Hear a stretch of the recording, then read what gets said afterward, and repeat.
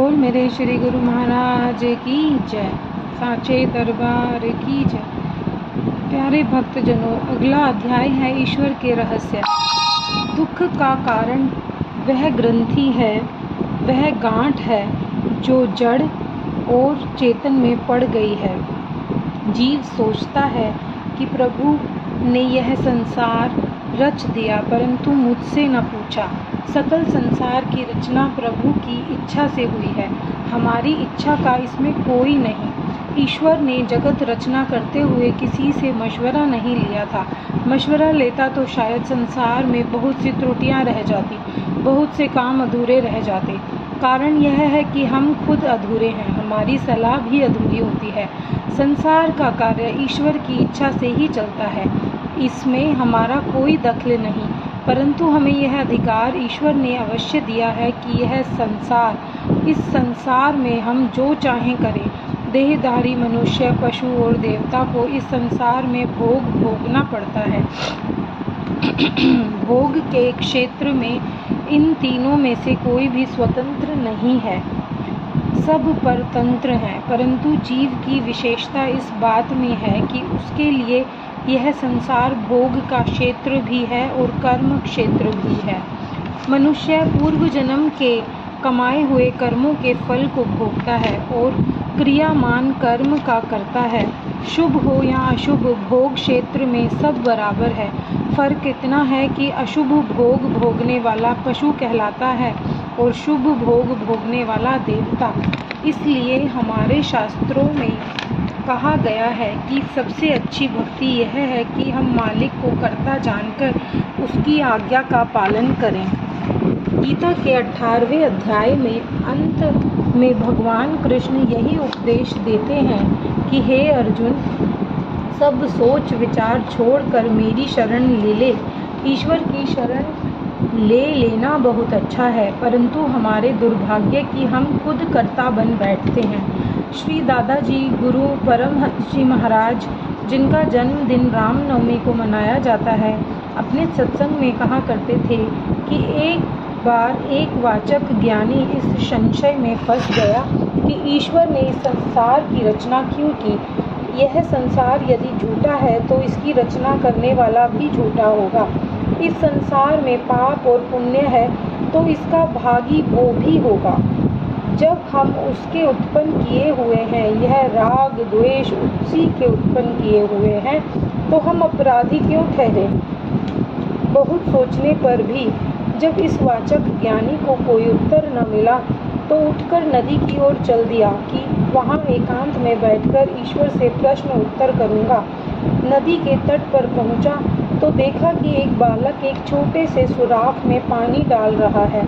वाचक ज्ञानी से रहा न गया, पूछने लगा, बालक क्या कर रहे हो। बालक ने उत्तर दिया, इस नदी के जल को इस सुराख में डालना चाहता हूँ।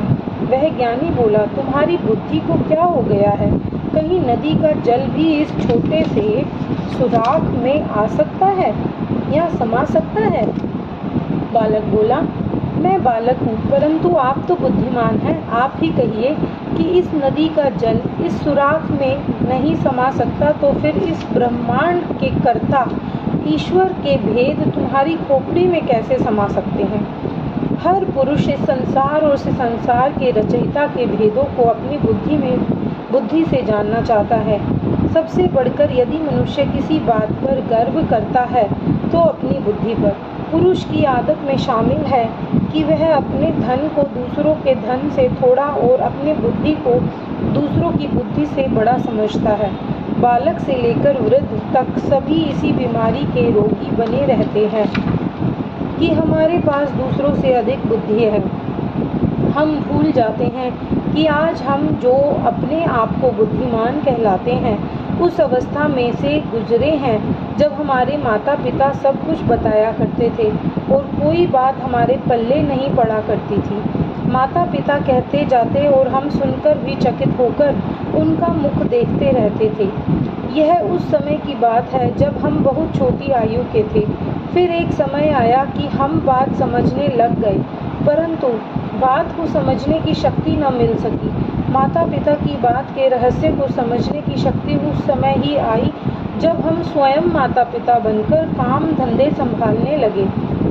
यदि माता पिता की बातें और उनके रहस्य को समझने में मनुष्य इतना असमर्थ है, तो फिर भला ईश्वर की बातों और उसके रहस्य को हम अल्प बुद्धि कैसे जान सकते हैं। और फिर एक समय यह भी आया जब मनुष्य बूढ़ा हो गया।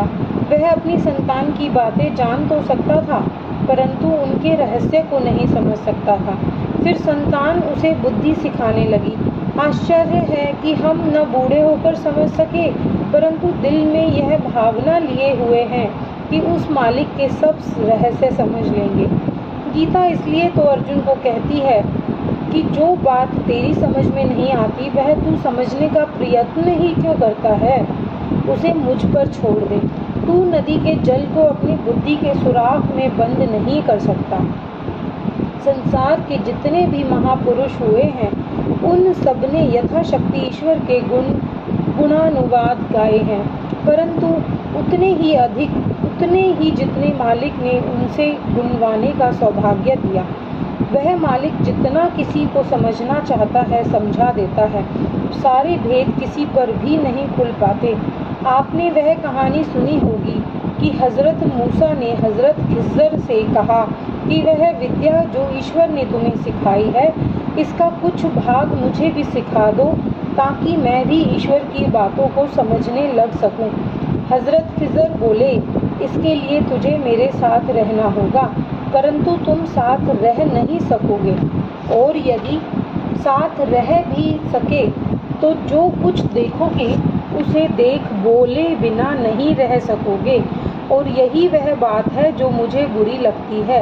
मूसा ने कहा, मैं वचन देता हूँ कि मैं सब कुछ देखकर भी मौन रहूँगा और किसी बात में शंका नहीं करूँगा, और यह नहीं पूछूंगा कि यह बात क्यों हुई और वह बात क्यों नहीं की। दोनों चल पड़े। मार्ग में नदी पड़ी। दोनों नाव पर चढ़ बैठे। हजरत खिज़र ने नाव में बैठते ही नाव का तख्ता तोड़ा और जल में फेंक दिया। मूसा घबरा गया, बोला, क्या नाव डुबोगे? तुमने तो नाव ही तोड़ डाली। खिज़र बोले, मैं न कहता था कि तुम मेरे साथ रहकर चुप न रह सकोगे? तुमने वचन तोड़ दिया। मूसा ने क्षमा मांगी और कहा कि अब नहीं पूछूंगा। कहानी लंबी है। मूसा ने मार्ग में कई प्रश्न करते हजरत खिज़र के कामों पर शंका प्रकट किया। तंग आकर खिज़र ने कहा, मूसा, मैंने जितने काम किए उनमें कोई ना कोई भेद छुपा हुआ था। फकीरों जैसी आंख रखते हुए भी तुम उन भेदों को न जान सके, और फिर तुम ही कहो कि तुम उस ईश्वर के भेदों को कैसे पा सकते हो जिसने मुझ जैसे करोड़ों को उत्पन्न किया है। हमारा सामर्थ्य तो इतना ही है कि इस संसार में न अपनी खुशी से आते हैं न खुशी से जाते हैं। अपने आने जाने पर कोई अधिकार नहीं। जीवन देते हुए ईश्वर मनुष्य से नहीं पूछता कि बता तुझे जीवन दें या ना दें, और दें तो कितने दिन का दें, और न ही जीवन को वापस लेते हुए पूछा जाता है कि बता तेरे प्राण निकालें या ना निकालें। बड़े से बड़ा सम्राट हो अथवा एक छोटा सा भिखारी, सभी उसकी इच्छा के अधीन है, परंतु मनुष्य की हंगता देखिए कि वह उस मालिक के रहस्य जानना चाहता है, और वह भी उस बुद्धि से जो इसने दूसरों से उधार मांगी है। दूसरी योनियों और मनुष्य योनि में एक अंतर यह भी है कि दूसरी योनियां सीखी सिखाई जन्म लेती हैं, परंतु बालक जो कुछ सीखता है जन्म लेने के बाद सीखता है। दूध पीने वाले जानवर जन्म लेते ही माँ के स्तनों की ओर लपकते हैं। बकरी के आगे मांस डालिए वह नहीं खाएगी, बिल्ली घास को छोड़ देगी। पशु पक्षी धरती के रहने वाले हों या जल के, वह सीखे सिखाए सब काम करेंगे, परंतु बालक का मुंह माँ की छाती से लगाकर उसे कहा जाता है कि दूध पी। बच्चों से कहा जाता है कि अग्नि से दूर रहो, जल जाओगे। चाकू को फेंक दो, हाथ कट जाएगा। दीवार से झुको नहीं, गिर जाओगे। यह बुद्धि और तमीज़ पशु पक्षियों को जन्म से ही मिल गई थी, परंतु मनुष्य को दूसरे मनुष्य ने बार बार उपदेश देकर सिखाई। यह सारी बुद्धि मनुष्य दूसरों से सीखता है, परंतु इसकी अकड़ देखिए कि बुद्धि के इस मांगे हुए सुराख में जगत रचयिता के सारे भेदों की नदी को डाल देना चाहता है।